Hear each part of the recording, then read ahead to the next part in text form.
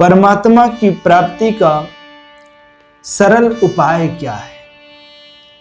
हम सभी लोग, कोई भी प्राणी जीव हो, हर जीव परमात्मा को प्राप्त करना चाहता है, परमात्मा का दर्शन करना चाहता है, किंतु हम कहीं न कहीं किसी माध्यम से प्रयास करते हैं, किंतु वो प्रभु का हमें दर्शन नहीं होता। उसके लिए सबसे सरल उपाय साधन क्या है? सबसे सरल साधन होता है पहला कि निर्मल भाव, हृदय पूर्ण पवित्र भाव से प्रभु की पुकार हो, तो प्रभु जरूर हमें एक न एक दिन दर्शन देते हैं। जितने भी भक्त भगवान को प्राप्त किए हैं, निर्मल भाव से पुकार करके।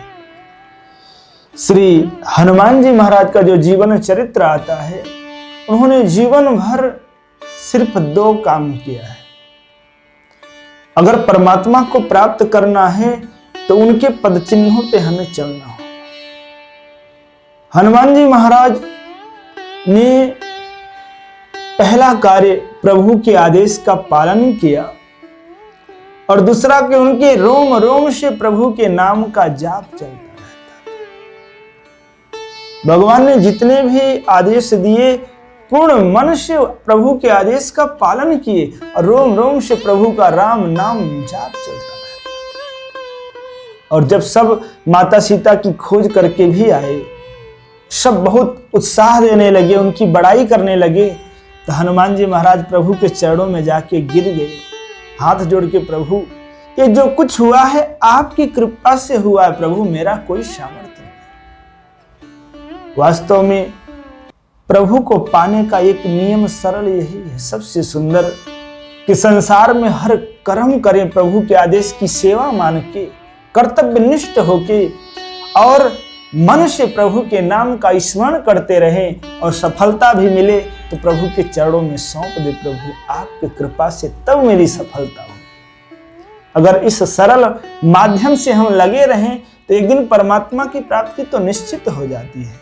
भगवान श्री कृष्ण गीता में भी यही कहते हैं, अर्जुन सर्वद्वाराणि संयम्य मनोहृदि निरोध्य च मूर्धन्य ध्यायात्मानः प्राणम् आस्थितो योग धारणम्।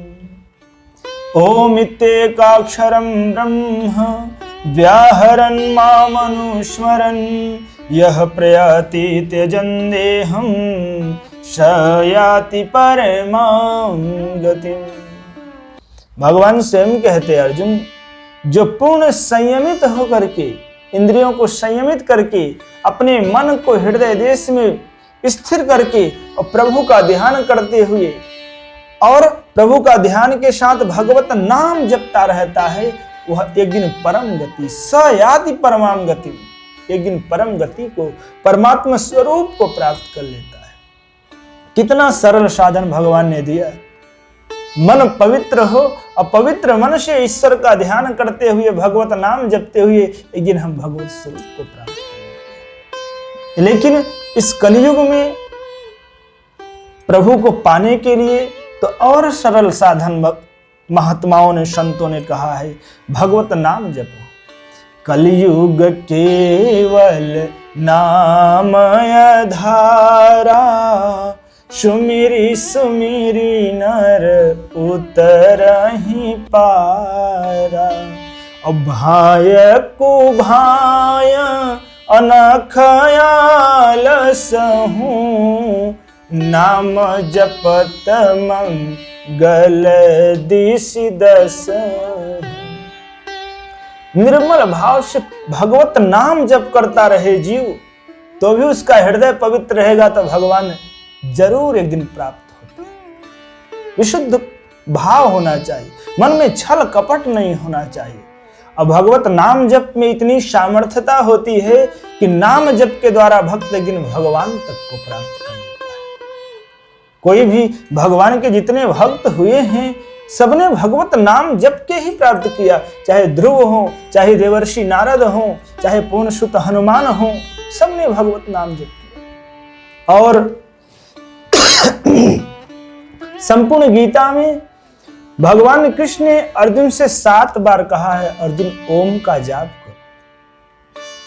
भगवत नाम जप में हमें कोई भी 2-2.5 अक्षर का जो मंत्र मूल होता है, ओम राम शिव, किसी का नाम जपना चाहिए। निरंतर एक को पकड़ के जपते रहें, ये सबसे सरल साधन है।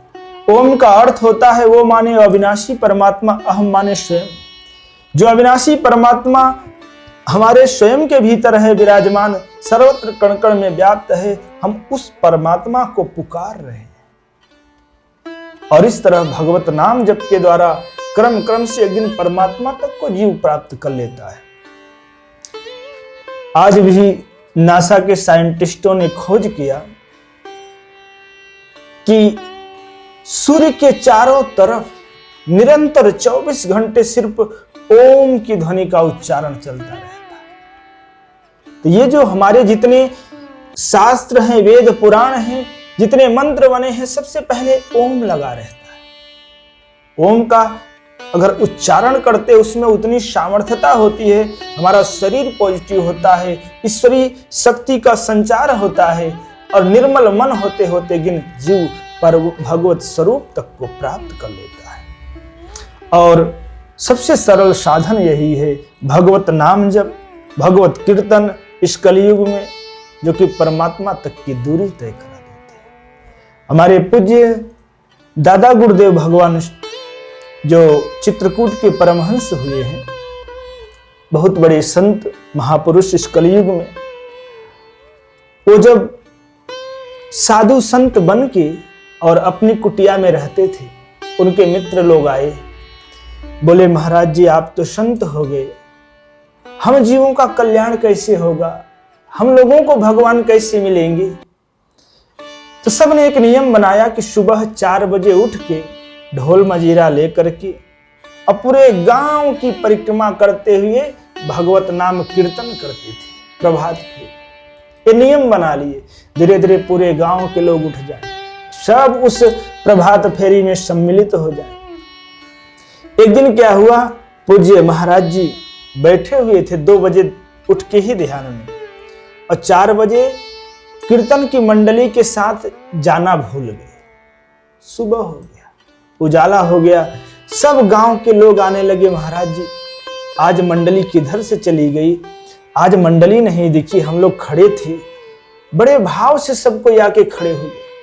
महाराज जी को बड़ा पछतावा हो कि आज तो कीर्तन खंडित हो गया, आज तो हम गए ही नहीं थे। जब सब लोग एक साथ कहने लगे, तब महाराज जी मन ही मन कहे कि आज तो मैं गया नहीं था। किंतु इस कलयुग में भी भगवान के कीर्तन में, भगवत नाम जप में, भगवान के भजन में इतनी सामर्थ्यता है कि भगवान आज स्वयं मंडली का रूप बना के कीर्तन करा दे। तो भगवान इतना सब कुछ कर सकते हैं। उस दिन भगवान की महिमा देखा, समझ गए और पागल जैसे होके लग गए, चित्रकूट के परमहंस। तो कलयुग में भी अगर निर्मल भाव से भगवान की पुकार कर रहा है जीव, कुछ नहीं आता हमें, हम भगवान का गुणगान कर रहे हैं, भगवान का कीर्तन भी कर रहे हैं नियम से ना, तो भी एक दिन हमें परमात्मा तक का दूरी तय करा देता है। और भक्त तो अनुनय विनय करते सदैव यही कहता, प्रभु अरे कृष्ण कन्हैया तुमको आना होगा, आकर के दर्श दिखाना होगा। कृष्ण कन्हैया तुमको आना होगा, आकर के दर्श दिखाना होगा। भक्तों का ये कष्ट मिटाना होगा। कृष्ण कन्हैया तुमको आना होगा, आकर के दर्श दिखाना होगा। अरे मन के मंदिर में प्रभु जी हम आपको बिठाएंगे, मन के मंदिर में प्रभु जी हम आपको बिठाएंगे। पलकों के झूले में हम आपको झुलाएंगे, पलकों के झूले में हम आपको झुलाएंगे, छोड़ के हमें नहीं जाना होगा, छोड़ के हमें नहीं जाना होगा, आकर के दर्श दिखाना होगा। कृष्ण कन्हैया तुमको आना होगा, आकर के दर्श दिखाना होगा, आकर के दर्श दिखाना होगा। बोलिए भक्तवत्सल भगवान की जय। और भगवत नाम जप में एक सामर्थ्यता और होती है बहुत बड़ी। भगवान से तो मिलाता ही है, लेकिन एक सबसे बड़ी सामर्थ्यता होती है, जो भगवत शुद्ध हृदय से भगवत नाम जपता हो, उसके पास जादू टोना भूत प्रेत कुछ भी नहीं कर सकते, क्योंकि भगवान की छत्र छाया के कवच में वो भक्त रहता है। एक बार हनुमान जी महाराज थे और सब देवताओं का दरबार लगा हुआ था। तो सब देवता लोग गए पहले शनिदेव के पास। शनिदेव के पास जब गए तो शनिदेव से पूछे कि आपके अंदर शक्ति कितना है, आप क्या क्या कर सकते हैं। शनिदेव मुस्कुराए, बोले कि मैं कुछ भी कर सकता हूं, किसी को भी अपनी शक्ति से पराजित कर सकता हूं। देवता लोग मुस्कुरा के बोले कि एक बार आप हनुमान जी को परास्त करिए। अब शनिदेव तो भीतर से घबराए, लेकिन देवताओं के बहुत आश्वासन देने के बाद अभिमान से उठे, ठीक है मैं हनुमान जी को भी परास्त कर लूंगा। अब हनुमान जी के ऊपर शनिदेव आके सवार हो गए। हनुमान जी तो सीधे प्रभु के दरबार में खड़े थे। अब दरबार से बाहर आए और लक्ष्मण जी से बोले, मेरा शरीर पूरा भारी भारी लग रहा है। लक्ष्मण जी कुछ नहीं बोले। हनुमान जी खुद बैठ के प्रभु का ध्यान किए। दो क्षण देखे तो शनिदेव सवार है। तुरंत हनुमान जी गए सरयू के तट के किनारे, बहुत बड़ा विशाल पत्थर सर पे उठा के रख लिए और खड़े हो गए। प्रभु का लगे जोर जोर से प्रभु का नाम जपने। इतने में शनिदेव लगा चिल्लाने कि मेरे प्राण बचाओ, मेरी रक्षा करो, मैं तो समाप्त हो जाऊंगा। हनुमान जी महाराज ने कहा कि तुम कौन हो भाई? शनिदेव ने कहा कि मैं शनिदेव हूं और आपके सर पे मैं हूं, आप ये पत्थर उठा के फेंकिए तब मैं बाहर आ पाऊंगा। जब हनुमान जी महाराज ने पत्थर फेंका, शनिदेव बाहर खड़े हुए हाथ जोड़ के। हनुमान जी महाराज ने कहा, शनिदेव आप मेरे ऊपर क्यों सवार हो? शनिदेव ने कहा कि मुझे देवताओं ने कहा था, इसलिए मैं आपके ऊपर परीक्षा कर रहा था शक्ति का, आपसे मैं तो पराजित हो गया। तब हनुमान जी ने वहां पे शनिदेव से एक वचन दिया कि आज के बाद हे शनिदेव, जो भगवान की भक्ति कर रहा हो, भगवत नाम जप कर रहा हो, उसके पास आप कभी भी दूर से भी देखना मत। तो जो भगवान का सच्चा भक्त होता है, भगवत नाम जपता रहता है, उसके पास हरि भक्तन के पास न आवे भूत प्रेत पाखंड जोदा, न जादू न टोना, कुछ भी नहीं होता। निर्मल भाव से जो भगवत नाम जप कर रहा है और एक दिन वो भगवान को भी प्राप्त कर लेता है। बोलिए भक्तवत्सल भगवान की जय।